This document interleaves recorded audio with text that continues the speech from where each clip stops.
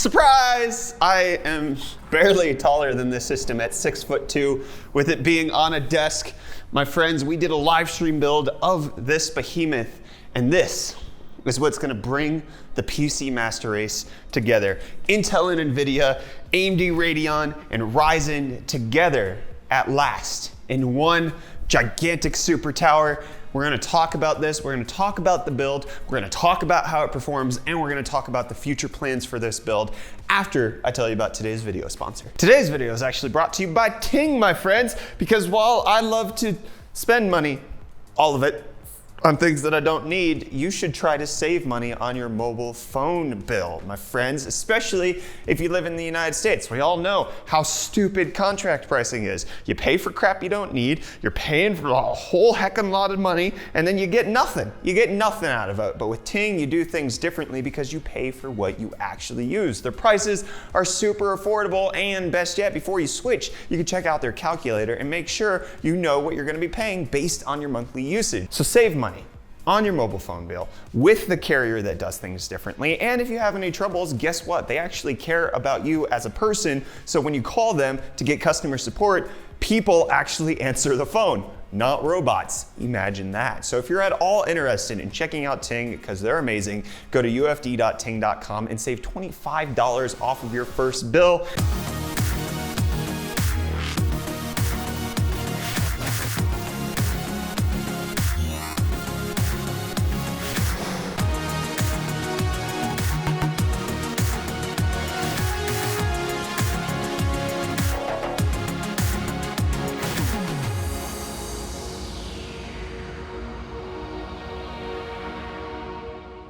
Sponsor spot over. Let's talk about the actual system.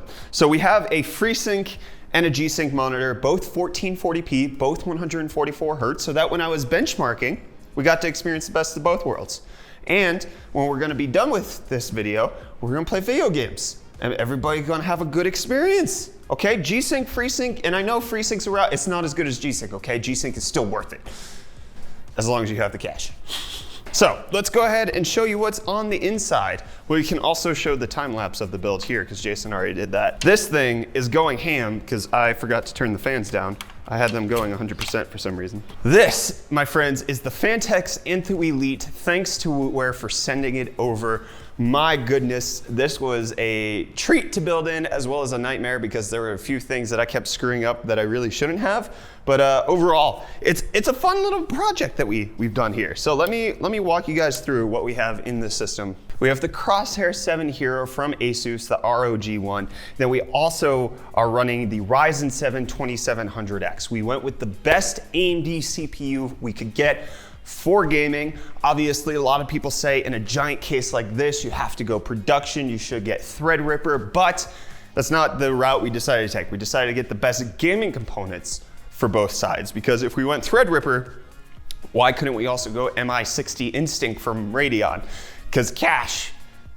So we went with the easy one, the gaming stuff. So the Crosshair 7 Hero X470, we've got the Ryzen 7 2700X in there. That's cooled by the Fractal Design Celsius S36 360mm radiator. That is also courtesy of Wootware sending that over. Then we have 32 gigabytes of Trident Z RGB, 3200 megahertz. We've got the Radeon 7, as you can see here, just on a beautiful vertical mount that Phanteks kind of integrates with this giant super chassis.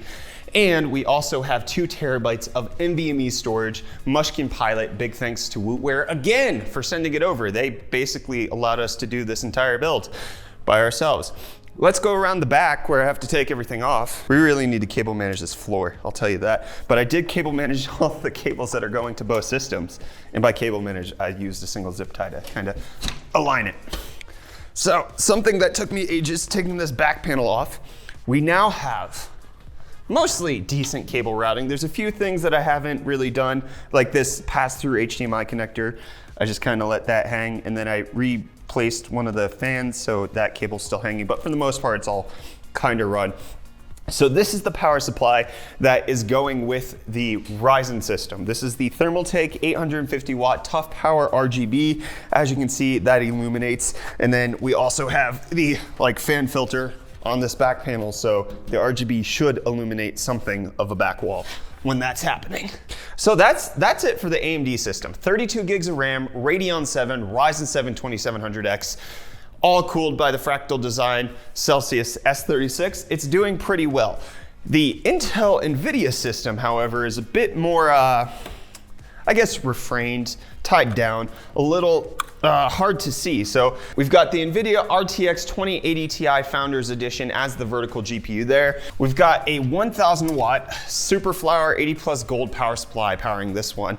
We've got the Intel i9 9900K on the Asus ROG Z390i mini ITX board. And then we've got 16 gigabytes of the G.Skill Trident Z Royal RAM, which has the fancy shiny sides. This is the best looking RAM you're gonna find, my friends. And then we also have a 2 terabyte NVMe drive right under there, all powered by that Superflower 1000 watt power supply, as I mentioned.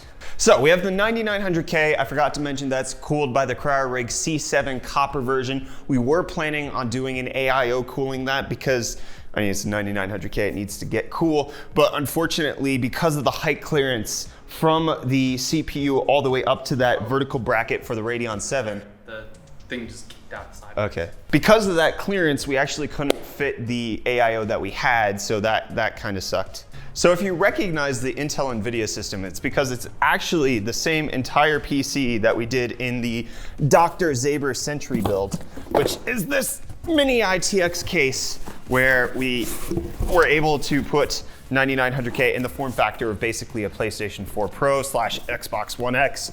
Basically, a large console is the exact same size as that Dr. Saber Sentry. Let's go ahead and talk about the benchmarking between the two systems. Now, obviously, a 2700X plus a Radeon 7 is not going to match the 9900K plus 2080 Ti.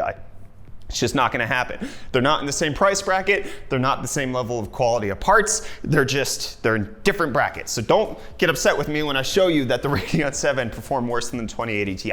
Honestly, the thing that I wanted to do was benchmark them both at the exact same time and see what are the thermals like in this giant behemoth of a case, as well as what's the performance? What are we gonna get out of this dual system running it simultaneously? Because we'll talk about the plan for this system in just a little bit. So as I mentioned before, both of these monitors, 1440p, 144 hertz, FreeSync and G-Sync. So we ran everything at 1440p, the highest settings that you could possibly get. So either highest or ultra, depending on the game and what we've got going on there.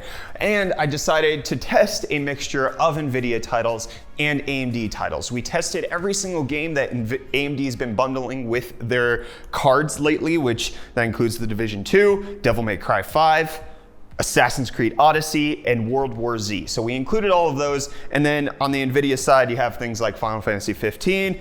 I think Shadow of the Tomb Raider is definitely an Nvidia title. Shadow of War definitely heavily preferred Nvidia, and then also Metro Exodus were included. So let's go over all of the benchmarks here and let's discuss it. So at 1440p ultra settings, 2080 Ti got really good results. Every single game was above 60 FPS, and a lot of them were over 100 FPS. A couple of them, like Assassin's Creed Odyssey, as well as Metro Exodus, were closer to the 60 range, but for the most part, they're all over 100. Final Fantasy 15 missed it by just a little bit. And especially in World War Z, DX11, the 2080 Ti system got 107 FPS, but it did significantly better when we switched over to Vulkan, giving us 137.5 FPS. Pretty gosh dang good, a pretty decent improvement for just switching over the APIs. But switching over to the Ryzen 7 2700X plus Radeon 7 system, it's a little worse. There are several games where it still manages above 100 FPS at the highest settings at 1440p, but for the most part, it's between the 60 and 90 region, with just one of them not being able to hit 60, with that being Assassin's Creed Odyssey. Even though that's an AMD game, it doesn't look like the Radeon 7 can handle that at max settings at 1440p.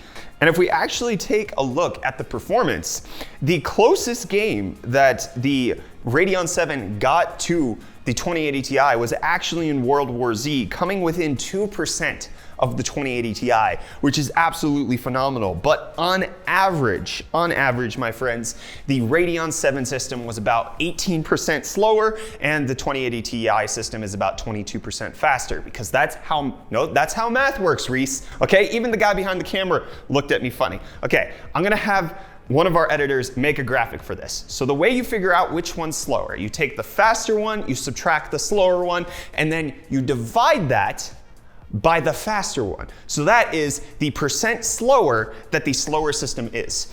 To find out how much faster it is, you again take the larger number, subtract the smaller number, but then divide it by the smaller number, and then you figure out how much faster that one system is. And those give you two different percentages because you're measuring two different things. The 2080 Ti system is 22% faster than the Radeon 7 system, but that makes the Radeon 7 system 18% slower than the 2080 Ti system, because that's how fractions and math work, okay, friends? It depends on the denominator. I went to college. That's actually not too big of a difference. And once we look at the price, we actually see that the difference between the two is a little bit, hold on a second, my brain didn't work there. So when you factor in all the parts, the Mini ITX motherboard, the Trident Z Royal RAM, the 2080 Ti, the 9900K, all of that, the total price of the Mini ITX Intel Nvidia system came out to $2,599. And in aggregate, all of the frame rate that we got, the average frame rate total, so that's just adding up the average of all the games we benchmarked, came out to 1,590 frames. So if we compare that to the AMD system, which, mind you, has 32 gigs of RAM and has a liquid cooler, which costs double the amount of that CryoRig C7, we actually get a pretty different number here. So the entire cost of the AMD system, again with the increased RAM and the increased cooler, came out to $1,973. So about a $600 difference between the two, and the total frame rate came out to 1,295 frames. And if we just look at the frame rate that you get per dollar, the Intel Nvidia system gives you 0.61 frames for every dollar that we spent here, and then the Ryzen Radeon system gave us 0.66 frames for every dollar that we spent, making it a better value. But if we cut down the cost of the AMD system, if we only go with 16 gigabytes of RAM and we get a $60 cooler instead of the Fractal one, or going even further down, we just use the stock cooler, the frame rate advantage gets even higher, with it coming out to 0.71 frames for every dollar that we spent on the AMD system. So we actually have best of both worlds in this system. We have the fastest AMD gaming rig that you can build right now before Ryzen 3000 and Navi launch, and we have the fastest consumer gaming system that you could get right now, bar none, the 9900K with the 2080 Ti.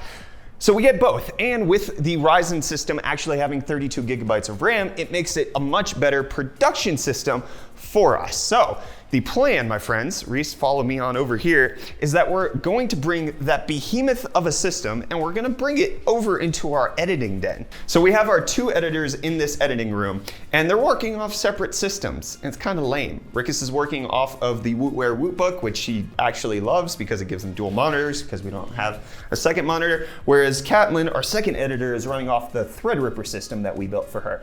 But now we can just put a system in between the two, separate them a little bit because they fight too much like siblings, and we can make sure that they both have one of the best systems out on the market. The Ryzen 7 2700X with 32 gigs will go to Catlin because she does more of the After Effects, so her having more RAM makes more sense, whereas Reece does more of the fast editing, so having a system like the 9900K that's able to render faster would make it so that his workflow is more speedily. Yeah. So we can transition the Threadripper system into a render farm, or we could potentially give it to Reece or another editor if we ever grow that far. So my friends, that is the practical plan for this system.